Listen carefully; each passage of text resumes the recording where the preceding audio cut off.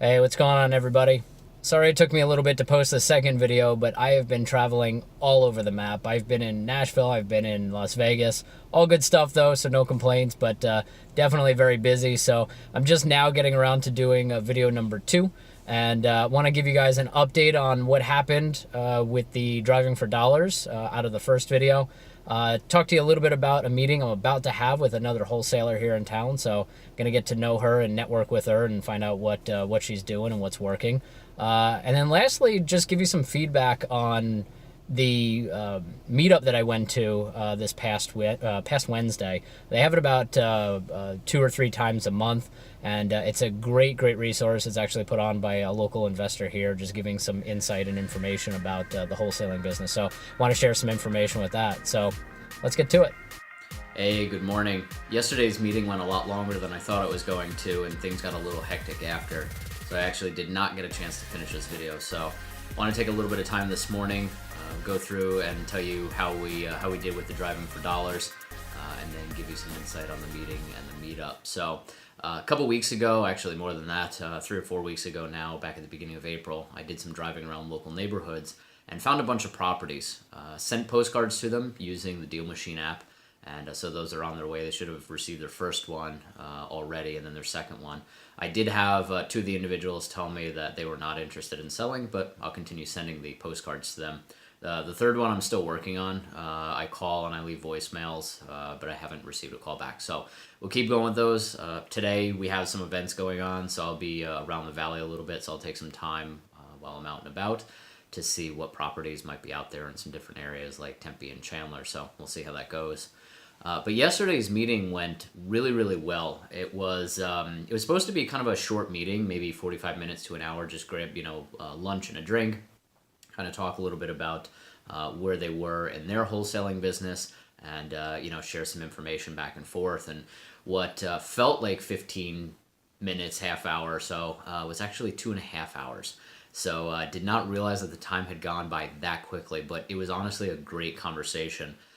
They had just gotten started doing wholesaling, so there was a lot of things that they didn't know, some questions that they had that I was able to at least answer from them because I spent a lot of time doing research and understanding a lot of this. So I was able to pass that knowledge along, and as I've always said, if I can help at least one person, then it's all worth it for me. So gave them a lot of information, and they actually gave me some insight too. One of the things that I'm not very good at is cold calling or door knocking. Just not one of my strengths. I'm better off sitting behind this thing and looking for all of the property and the information. So they give me some insight on how to overcome some of the objections, how to overcome some fears of going door to door or at least doing the cold calling. So one of the girls actually worked in a call center, so has a lot of experience in that area. So it was great to trade information back and forth and be able to help each other out.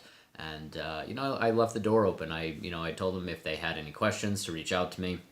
If they came across any properties where they had something that they didn't know what to do with, to reach out to me and let me know. So that door's always open, and I told them I love networking. So at some point we'll go back out, we'll have lunch, we'll see how they're doing, and just keep that relationship going, because there's definitely enough business for everybody out there. So yes, you have competition, and that competition is in the meetings that you go to and the mastermind groups. But at the end of the day, it just comes down to really the seller, and do they trust you versus somebody else? And I think this is kind of a good segue into what I learned this past week from a meetup.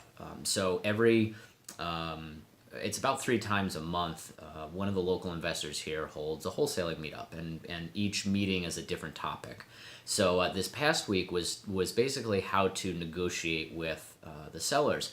And one of the things that I think one of the biggest takeaways that he had in that meeting was the fact that when you're dealing with a seller, there's 3 stages that they need to go through. First, they need to like you. It doesn't matter, a lot of people approach a seller and go, I've been in this business for so many years, or I've closed on so many houses, and they go with all the statistical information. And honestly, the sellers don't care about that. First, they have to like you. Then they move to the second phase, which is they trust you. You've become a member of their inner circle, and they feel like they can give you information that will help both of you out, but they're not, playing all of their cards, sort of thing. So they trust you a bit more than they did before. And then the final stage is moving into respect. And that's, ultimately where you want to go. And, as we were talking to a number of the investors in the room there, they've gone through and, some of the other wholesalers in town have reached out to these sellers a number of times. And this is like the seventh or eighth contact with a wholesaler that the seller has had. And turns out they just liked and trusted this person more than everybody else that came before them. And so they decided to do business with them. So as the old saying goes, people like doing business with people they like. And so, if you can build that trust, you can build that rapport. Who cares how many houses you've closed on, how many deals you've done, all that stuff. It doesn't matter. The seller wants to know, first of all, can they trust you? And then can you help them with their situation? And if we go into, all of this thinking about just the money aspect of it, it's going to be a very short game. We really have to go in and develop that relationship, but make it a win-win and a win situation. I mean, it should be, most people say win-win. I say win-win-win. It should be a win for you, should be a win for the seller, and ultimately a win for the investor purchasing the deal as well. Now, if you're just going to hold the property and fix it and flip it yourself, then great. It's a win-win type of situation. But basically what I'm saying is you want to make sure that everybody throughout the entire transaction it benefits off of it. It should not be a one-sided thing. If you see the potential to make $100,000, great.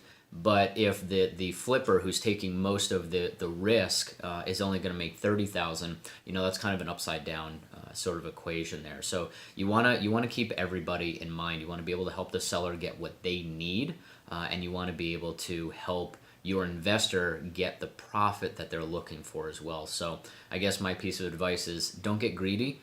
Make sure that you're doing things to allow everybody to profit out of the deal. So one of the last things that I want to add on to this video, I know this video is a little bit shorter, but got a lot of stuff to do today. Got a lot of driving around, so hopefully I'll find some properties. But one of the things that I have found using Deal Machine, which I think is a fantastic app, I've created a bunch of custom templates in there, and so now I can send out an initial mail that has one message, and then I can go back in and change the template to a different mailer, a different message, and try and see if I can hit a pain point or a need there.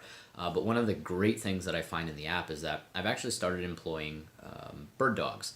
And so I spend a lot of time here at the office. I'm not as mobile as I would like to be. I have a lot of other things that are going on at the moment, so my mobility is a little bit limited. But what I've started working with are bird dogs. And these are individuals that are either Uber or Lyft drivers. They are postal workers. They are, just people who are out and about a little bit more. And so I've set them up in Deal Machine as a deal finder. So they're a member of my team. And what that allows them to do is go out and find a deal so they can take a picture of a property and gather all the information. And it comes into my application. And once it's in my application, then I can go through and approve the mail that goes out to them, or I can do an enhanced search. So now I have a bit of an army, if you will, out in the field looking for these properties coming in.